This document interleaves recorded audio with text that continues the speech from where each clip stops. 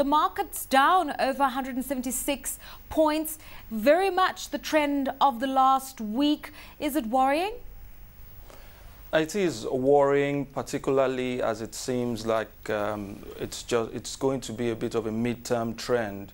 The market was down last week over 1.5%, and beyond the NSE index's fortunes, we're also looking at a situation where overall activity is very muted, very modest. If one looks at the volatility, for instance, you're looking at a situation where, as against over the course of the year, price volatility was at about 0.6% last week, and for most of the month, for all of the month of June, it's about half of that. So the market is very much treading water and looking downwards, unfortunately.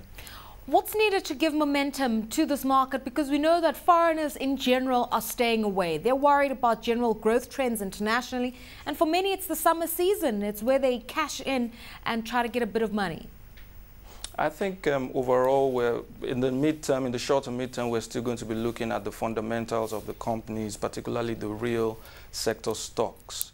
When looking at the Nigerian market, one has to dimension exactly what you are looking at. You're looking at a market with 8.05 trillion market capitalization, 1/3 of which is controlled by the Dangote commodities firms, 1/4 of which is Dangote cement alone. Another 1/3 is banking stocks, and we all know what is happening with the banking stocks. And then you have 12% controlled by the likes of Nigeria breweries and Guinness and Nestle. So that is your market, and those are the components that one has to take into cognizance when analyzing the market.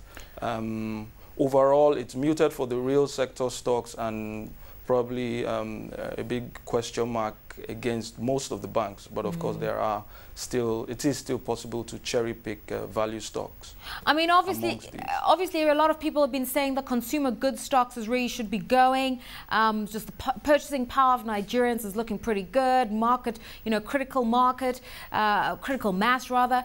So that's really where you ought to be. Now, for those who don't want to go into a saturated asset class, where do they go?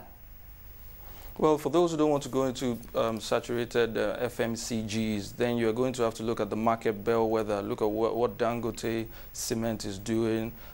Its earnings are quite encouraging, despite the original question marks about its pricing. The underlying earnings have justified, forward PEs seem to justify the overall pricing. So we're seeing a situation where, even though the market average PE reaches into the 22, 23 times mark, the market bellwether itself, in terms of forward PEs, will be able to do 15, 16 times. So anybody tracking the index will be comfortable with a hold position on the market bellwether. Beyond that, there are indeed picks that you can make right from banks. I like GTB, Guarantee Trust Bank, and the likes of Guinness, the likes of O&O, the likes of the one or two other FMCGs, posting forward PEs that will be about the 10 or below 10 mark. In other words, 50% discount to what the overall market, be it a rather suppressed market, is doing. I mean, you did say that banks do account for about 1/3 of the market, but you also refer to GT, one of the tier 1 banks. Many people really concerned what we're seeing on the lower end of the market, particularly with the rescued banks and the deadline for September, and a lot of controversial things going on with some courts overturning MOUs for mergers and acquisitions. What do you make of what we're going to see within the banking sector going forward? I think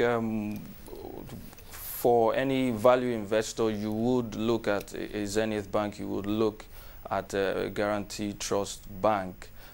For someone with a bit more, that is a bit less risk averse, you would I mean, you know, it's hard to dimension exactly what kind of position you take when you look at the fact that, according to the statement by the CBN, the whole in the rescued banks' portfolios is still up to it's well over 1.2 trillion. You compare that to the market capitalization of the listed banks of about 2.5 trillion, and then you realize just how weighty these issues are, especially with the CBN possibly taking a hard stance, perhaps understandably, perhaps not so understandably.